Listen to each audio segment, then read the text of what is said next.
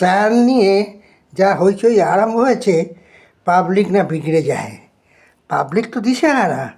আমার দৃঢ় ধারণা দিদি ক্ষমতায় আসবেন লক্ষ্মীর ভাণ্ডার নিয়ে। আসতেই হবে, দরকার পড়লে পেশি শক্তি প্রয়োগ করে। তা না হলে কী হবে? পাবলিক যদি দিশেহারা হয়ে হাং অ্যাসেম্বলি করে দেয়, তাহলে সিপিএম কী করবে, বিজেপি বা কী করবে? সেটাই লাখ টাকার প্রশ্ন। এই প্রশ্ন অ্যাবসার্ড হলেও ভাবা যাক। আমরা গাই বাছুর থেকে আরম্ভ করে হাত পর্যন্ত যখন সিপিএম কংগ্রেসের ইতিহাস দেখি, সিপিএম ছিল তো কংগ্রেসের শত্রু, প্রয়োজন হয়ে গেল বন্ধু। এখনও এরকম হতে পারে।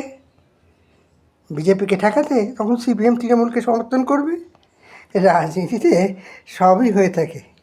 তাই ভাবুন, ভাবা প্র্যাকটিস করুন, বুঝলেন?